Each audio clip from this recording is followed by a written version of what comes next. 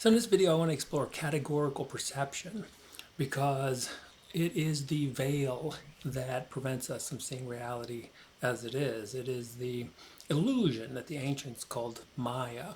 And it's so well done that most people don't even know that they're doing it. That's why there's an invisibility to the categorization process. So you might be familiar with Donald Hoffman's theory of perception, and he talks about how our perceptions are really icons, useful icons, like on your desktop. But of course, they may or may not, well, in fact, they don't represent the reality that's beneath them, which is to say that we don't see reality as it is. We see it in perceptions that are just useful to our survival. But as far as I know, if the theory doesn't explore exactly how these icons are formed, in this video, that's what I want to explore. I want to suggest that it's categorical perception that creates the worlds that we live in, and most of us are totally clueless that this is not the world as it is. It's the world as our categories have constructed it. And so a lot of this stems from what was called Gestalt psychology. And what the Gestalt psychologists did is they studied our perceptual groupings. So you might have, and sometimes it's just proximity. So like if you have maybe 10 dots, but then you've got 5 that are close over here and 5 that are close over here, we really just automatically see 2 groups. And this helps. And it can be on proximity, or it could be on, say, imagine watching a sporting event and there's 2 teams, and now we do it by color. So if they have different color jerseys, and so it's really easy to group one team by a common element, color. It can be on color, it can be on shape, and there's all kinds of different variables that we group. But the underlying process of categorization is when we take a really messy universe and we'll narrow our attention down. That's what the left brain does. And of course, that's why the left brain excels at categories. It will narrow things down to one quality, and it will forget about all the messiness and just focus on that one and create a group out of it. And so the universe is so messy, but things that make up our life, like our job, our country, language, who we think we are, even color. If you look in reality, these are all very continuous, messy things.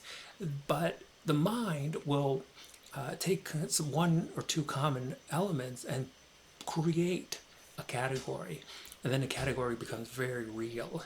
So every day you may go to work, and the truth is that every single day is really different. Everything you do at work is different. Every conversation is different. Reality is just flowing with absolute uniqueness.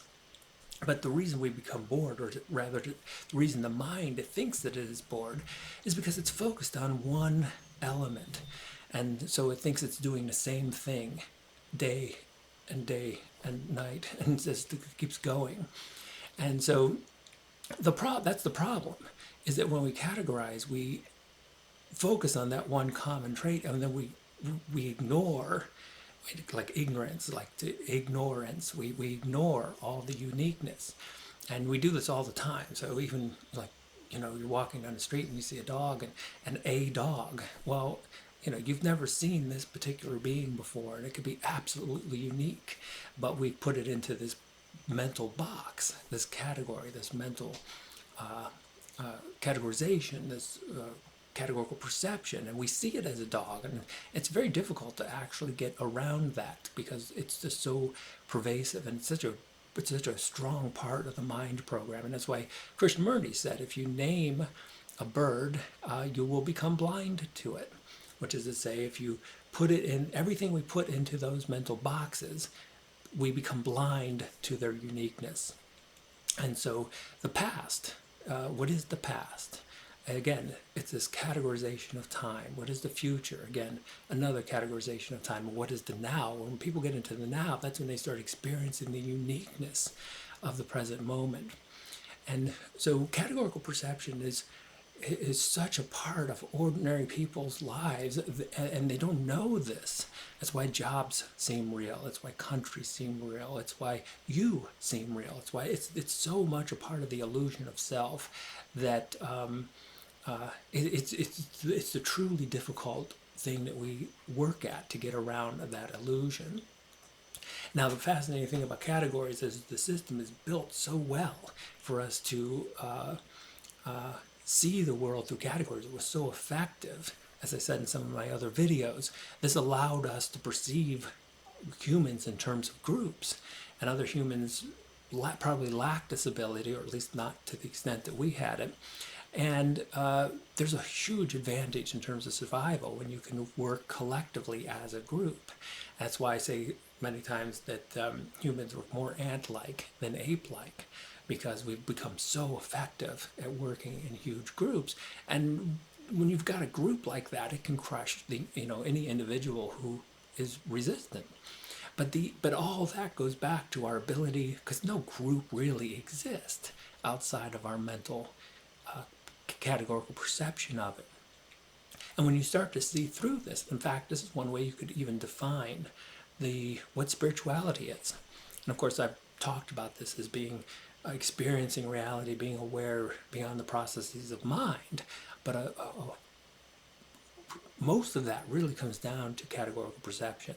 When you can get around when you see categorical perception for what it is, it's forming mental categories, mental boxes, and you experience the reality behind these mental projections. Then you're really sort of digging reality, as Alan might say. So, but then one cautionary note, when you do this, the system is so well built, it may push back. And so when you first start exploring categories, you may find that the mind will actually push back in a way that it will reinforce these categories. And you see this with philosophies such as existentialism and postmodernism, when they realize that the mind is constructing elements of reality and elements of our perception, but then it pushed back in a way that reinforced these categories. So on the adventure and in the human experiment, I think we're at at least within the last 100 years, we've been playing with the recognition that mental categories are exactly that. They're not part of reality, they're part of the mind's construct of reality. And in seeing that, we're also experiencing this pushback from the mind, where it's pushing back and forming more categories. That's why we're in a really interesting time right now, where categorical perception is extending so much to so many people's lives. And perhaps that's just, as Alan Watts always quoted William Blake. And now I quote Alan quoting William Blake, and a fool who persists in his folly may become wise one day. And so the more we kind of deconstruct the categories, yeah, they'll build themselves back up and reinforce themselves. But at some point, maybe we will become wise beyond the categories.